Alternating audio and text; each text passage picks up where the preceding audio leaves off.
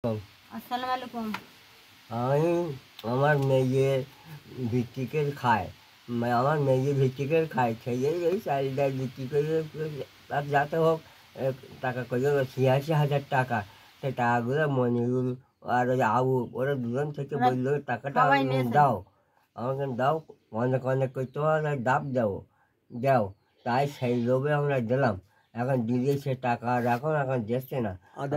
হ্যাঁ, আমার হচ্ছে আমি এখন অসহায় পড়ে গেছি, আমার অক্ষম হয়ে গেছি।